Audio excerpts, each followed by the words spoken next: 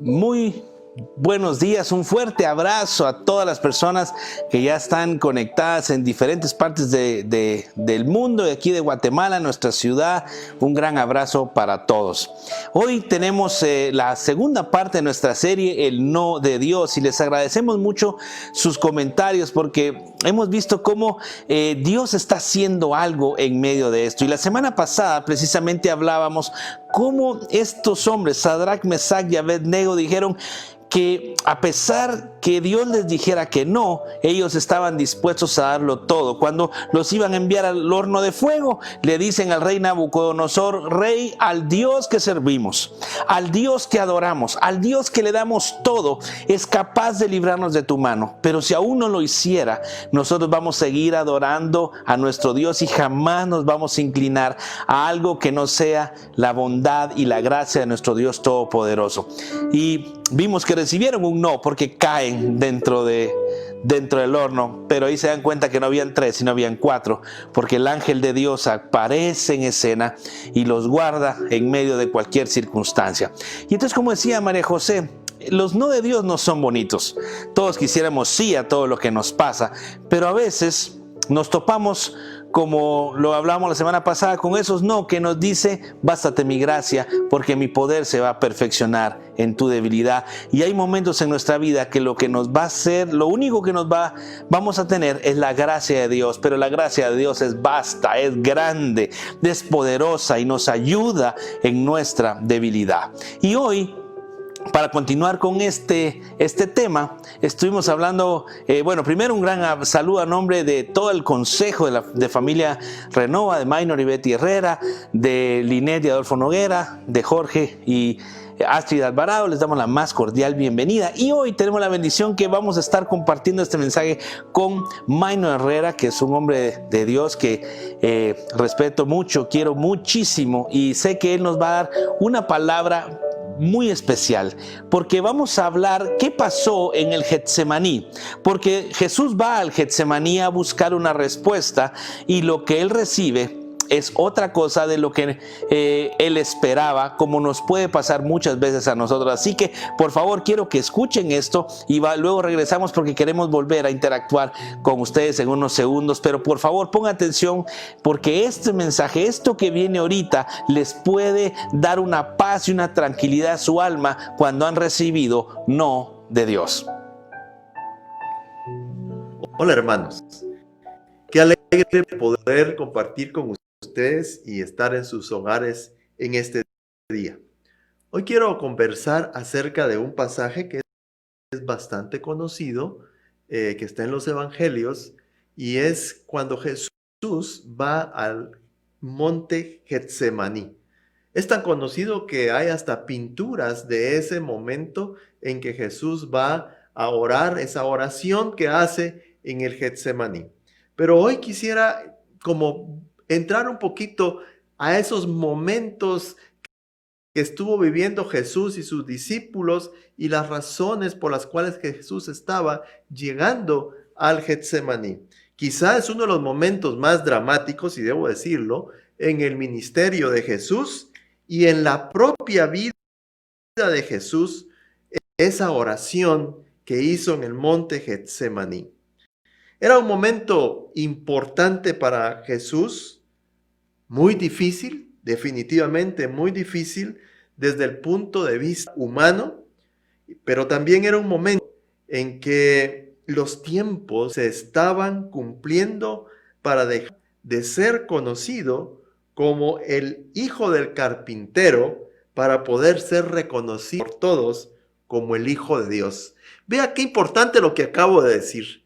En ese momento Jesús estaba yendo al monte porque era un momento de transición, un momento que iba a traer mucho cambio, que iba a trascender lo que él iba a hacer en ese momento ahí, lo que iba a suceder después de esta oración, y por eso Jesús va a ese lugar para poder hablar con el Padre, porque estaba angustiado. Ahí se nota esa humanidad de Jesús. Una gran discusión de aquellos entonces si era verdaderamente hombre y verdaderamente Dios. Pues este pasaje nos deja entrever esa humanidad de Jesús, esa sensibilidad de Jesús que estaba cumpliendo realmente un propósito por el cual estaba yendo esta vez al monte, porque Marcos dice que acordaba ir a ese monte, y era que ese Jesús que miraban un poco de reojo,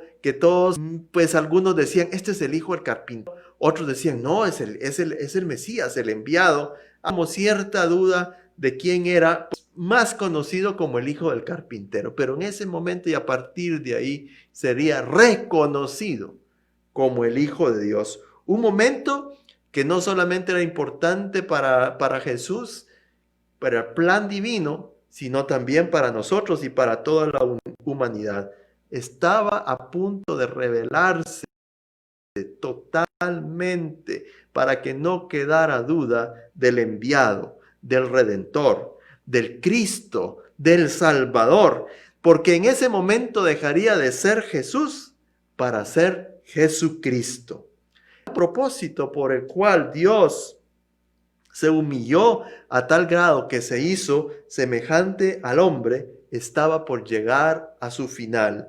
Y el cumplimiento de ese propósito, gran palabra, propósito, porque es una palabra que a veces no se dimensiona tal y como es, y con el peso del significado de esa palabra propósito, y mucho menos con las implicaciones que trae consigo.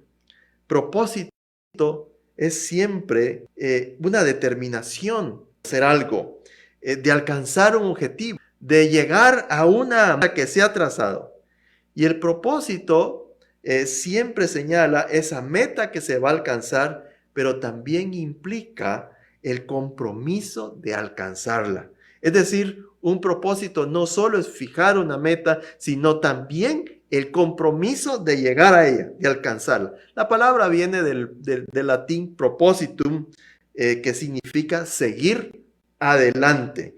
Y Jesús estaba en el Getsemaní porque sabía que tenía un propósito, es decir, una meta que tenía que alcanzar, un objetivo que tenía que alcanzar en la tierra.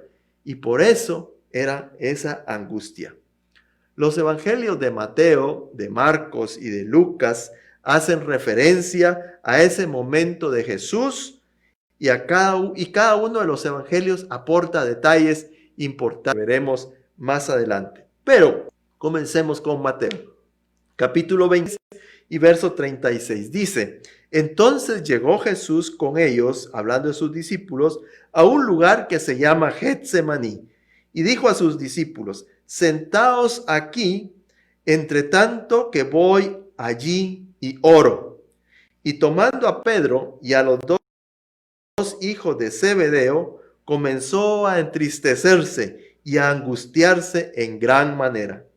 Entonces Jesús les dijo, mi alma está muy triste hasta la muerte. Quedaos aquí y velad conmigo. Recoge un momento realmente importante y de gran unidad de Jesús.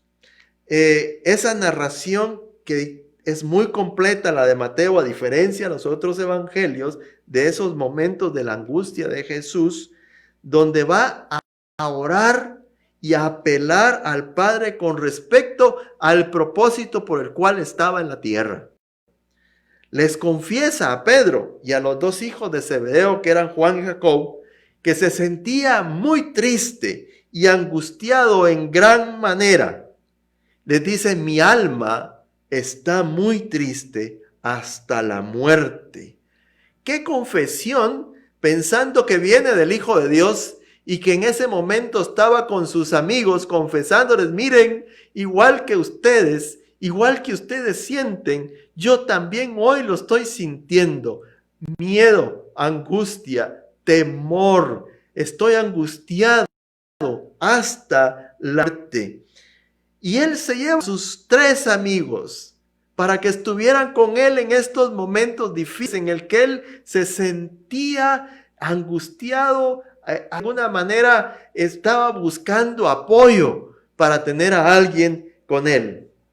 Lucas agrega unos detalles importantes que amplían estos momentos vividos por Jesús.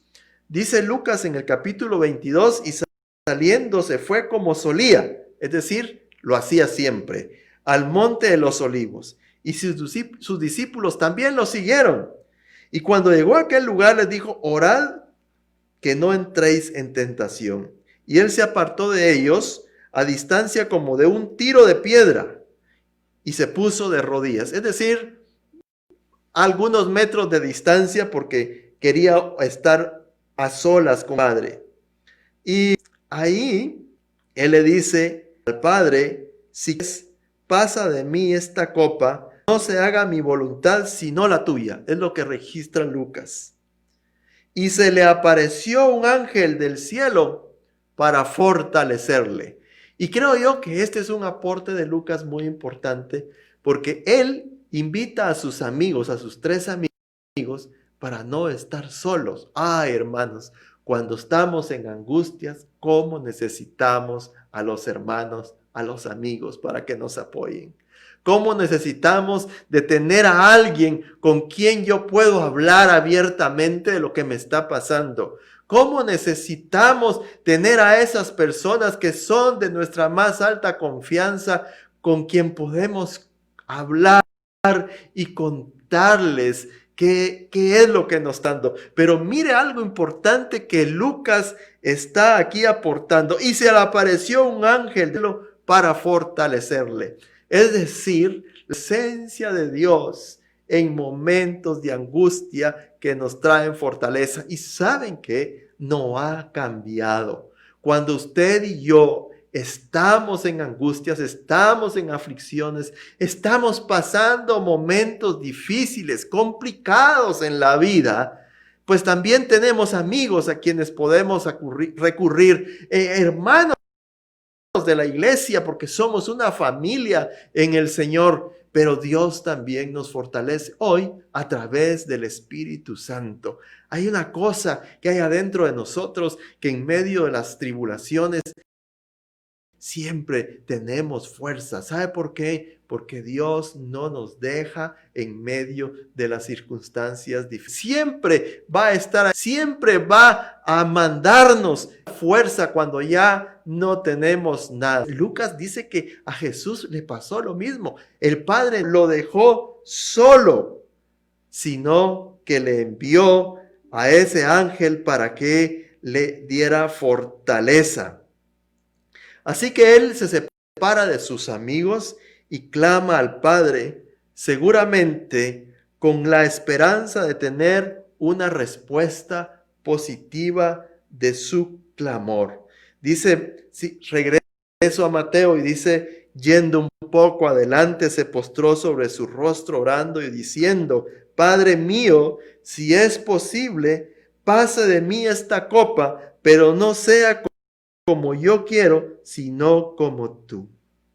Jesús está suplicando para que no le toque pasar esos momentos de sufrimiento y separación del Padre, pero a la vez reconoce que es mucho más importante que las cosas sucedan como Dios quiere y no como Él quiere. Algo importante para reflexionar a uno de nosotros, porque Jesús iba cansa de un cambio de parecer. Es decir, yo sé cuál era el propósito. Jesús sabía cuál era el propósito, pero de todas maneras va y clama y apela para que si es posible no pase de él esa copa.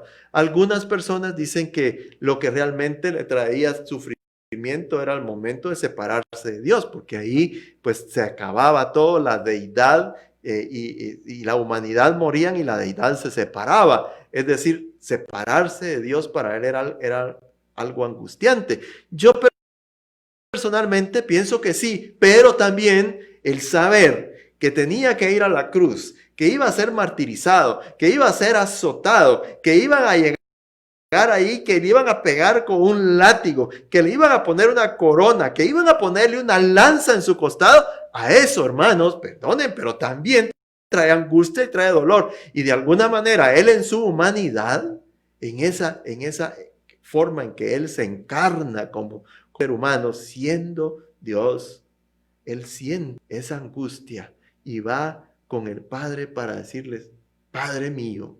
Y mire esas palabras tan importantes que no solo Padre, sino Padre mío, si es posible. Bueno, ¿qué cosas hay imposibles para Dios? Ninguna. Sin embargo, Jesús le dice, si es posible, es decir, yo dejo a criterio tuyo, Padre, la decisión, pase de mí esta copa, es decir, no entre yo en este sufrimiento, pero no sea como yo quiero, sino como tú quieras. Siempre es legítimo que nosotros pidamos a Dios lo que nosotros queremos. Las cosas que nosotros queremos que sucedan. Es totalmente legítimo que yo pida las cosas como yo las quiero, que tú pidas las cosas como tú las quieres, como quieres que sucedan, como quieres que sean. Esa es nuestra súplica, esa es nuestra oración.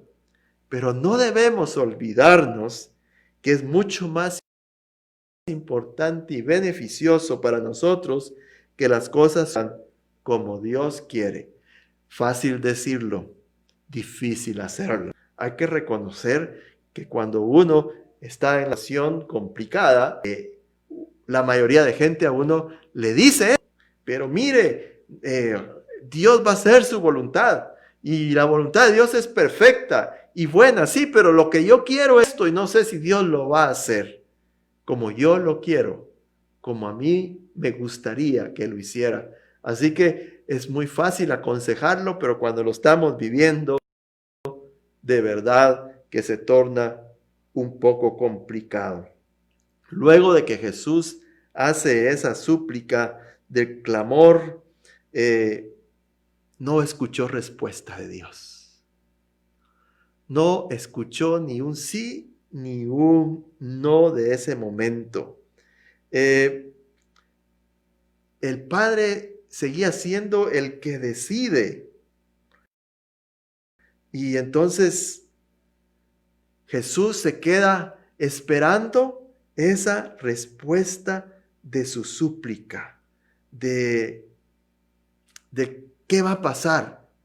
Ya te dije lo que quiero. No pasa nada.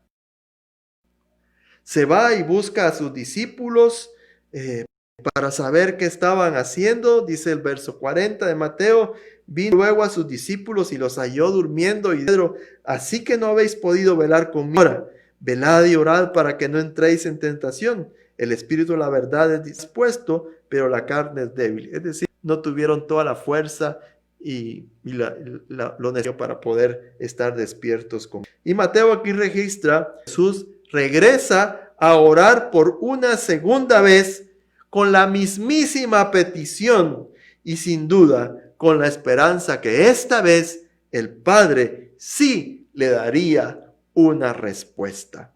Lucas habla un poquito de la presión que tenía ahí Jesús de esos momentos del Getsemaní que me parecen realmente importantes. Dice en el verso 44, y estaba de Lucas capítulo 22 y verso 44, y estando en agonía, oraba más intensamente, y era su sudor como grandes gotas de sangre que caían hasta la tierra. O sea, aquí Lucas registra algo interesante. Jesús estaba orando intensamente. Creo yo que pues no nos vamos a comparar con esa oración de Jesús. Muchas veces cuando estamos en angustia nos amamos a Dios.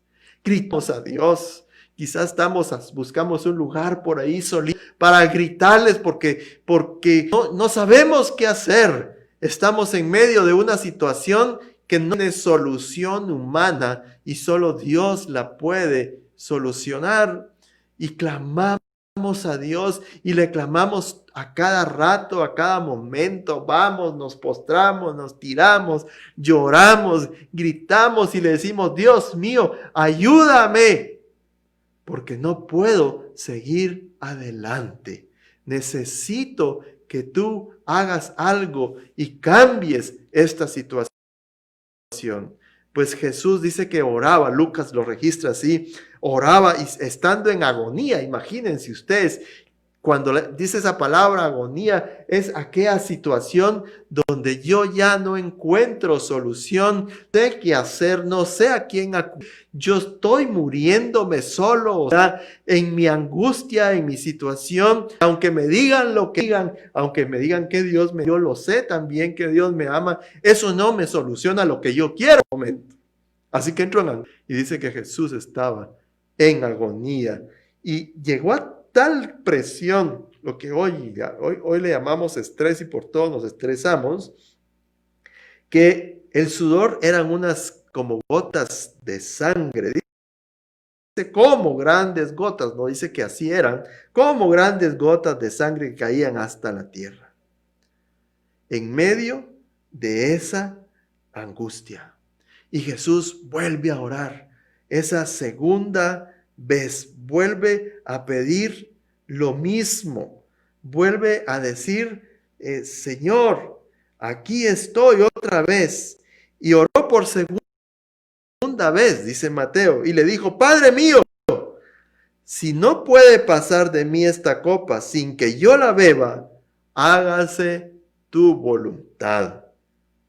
Y otra vez, cuando no tuvo respuesta, le fue a decir al Padre, Señor, no me contestaste, no me dijiste nada, ni sigo todavía, aunque el silencio obviamente podía interpretar. Entonces viene el Señor y le va a decir, Señor, Padre mío, si no puede pasar esta copa sin que yo la beba, haga tu voluntad. Y otra vez se fue con sus discípulos y los volvió a encontrar dormidos con los ojos cargados de sueño. Esta segunda vez el Señor vuelve a apelar y pide lo mismo y nuevamente insiste en algo, pero hágase tu voluntad. Y le dice, Padre mío, si es posible, pase de mí esta copa. Esta vez tampoco tuvo respuesta de Dios. No tuvo respuesta del Padre. Jesús sabía, y nosotros también lo sabemos, que obviamente la voluntad del Padre siempre es buena y es perfecta. Pero el Hijo de Dios estaba clamando al Padre. No era cualquier persona, era el Hijo de Dios. Y el Padre no le contestaba. Así que dejó de nuevo, dice la Biblia, a sus discípulos y oró por tercera vez, diciendo las mismas palabras, dice el texto bíblico. Y Dios no le contestó. El Padre no le contestó. Esta tercera vez que fue a decir las mismas palabras y no tuvo respuesta, entendió que la respuesta era un no de Dios. Un no de Dios para Jesús. Porque había un propósito que tenía que cumplir. Así que decide aceptar la voluntad del Padre. Y con un corazón obediente acepta en silencio ese no tácito de Dios al no recibir la respuesta y cumplir el propósito para el cual había venido a la tierra, sabiendo que era doloroso, angustiante, pero que el fruto final sería maravilloso. Usted y yo ahora podemos alcanzar la salvación y vida eterna por el no que Jesús recibió.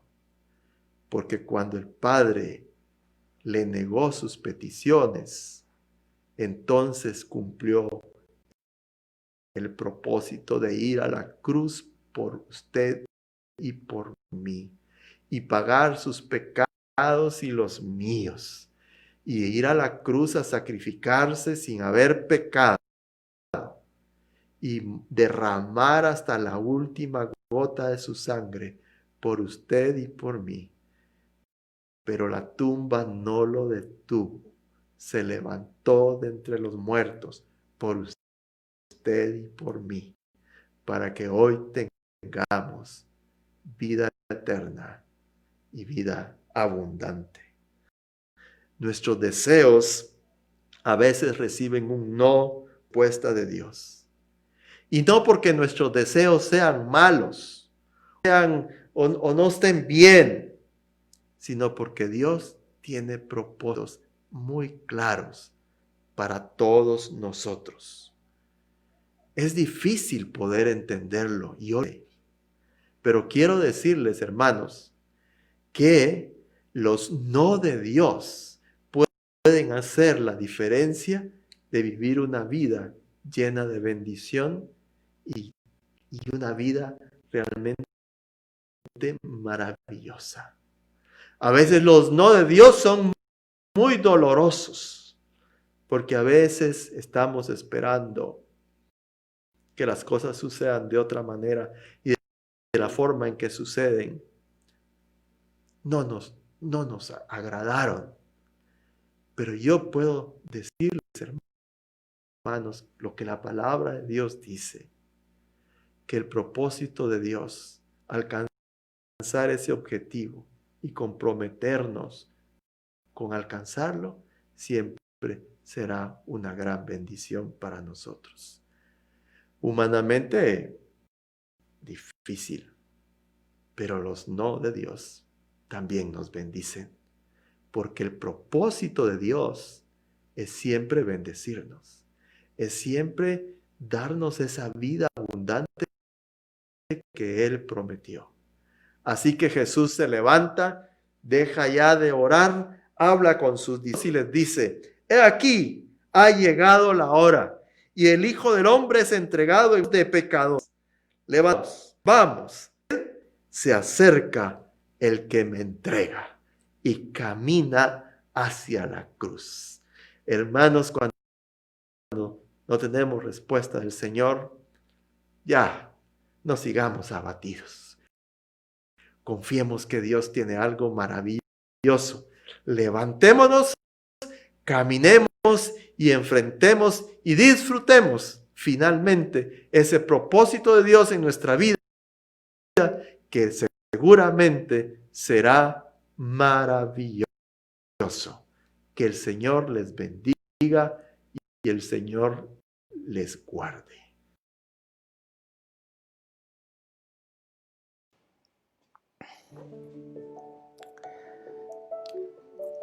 Me impresiona mucho saber que Jesús vino con un no de Dios. Y como decía Minor, 3 veces fue a clamar y a pedir misericordia. 3 veces. ¿Saben? Yo no lo había visto así. Todos hablamos del Getsemaní como una acción que se tomó. Pero 3 veces nuestro Señor Jesucristo clamó por esa misericordia, porque pasara ese trago. Yo sé que muchos de nosotros, gente que nos está escuchando ahorita, hemos pasado por esos no de Dios. Pero, como decía Minor, llega un momento donde tenemos que, si no obtenemos respuesta, caminar y decir: bueno, Señor, tu gracia es basta y me va a ayudar para que pueda caminar este trecho que puede ser difícil, puede ser doloroso, pero Dios se extiende en gracia. Familia que nos escucha, la gracia de Dios llega cuando tus fuerzas ya no alcanzan, porque seguramente Jesús recibió esa fuerza, recibió un ángel, como decía Minor, amigos, gente que te va a abrazar y te va a decir: no estás solo en esto, sigue caminando, porque también ese no de Dios, que ese no que recibió Jesucristo, nos lideró al sí de nosotros, de esta salvación tan enorme, tan eterna, tan grande. Pero te imaginas Jesús mismo regresar con un silencio, con un no, y decir: bueno, voy a cumplir mi propósito. Y a veces, y muchas veces, estos no de Dios son los que hacen que nosotros nos encaminemos hacia nuestro propósito, a nuestro llamado, a lo que Dios quiere para nuestras vidas. Así que, familia, esta serie, yo sé que es una serie difícil, El otro domingo voy a compartir un testimonio de alguien que me mandó hoy, Zuli Barra desde Barcelona.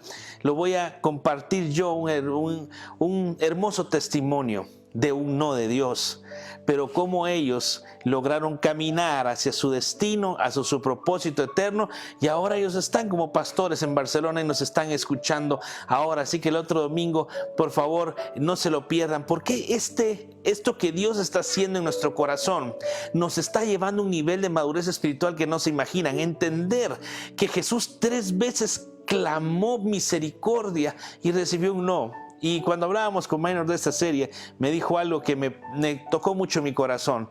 Él fue al monte, porque dice, ¿de dónde vendrá mi socorro? Alzaré mis ojos a los montes, ¿de dónde vendrá mi socorro? Viene el Jehová.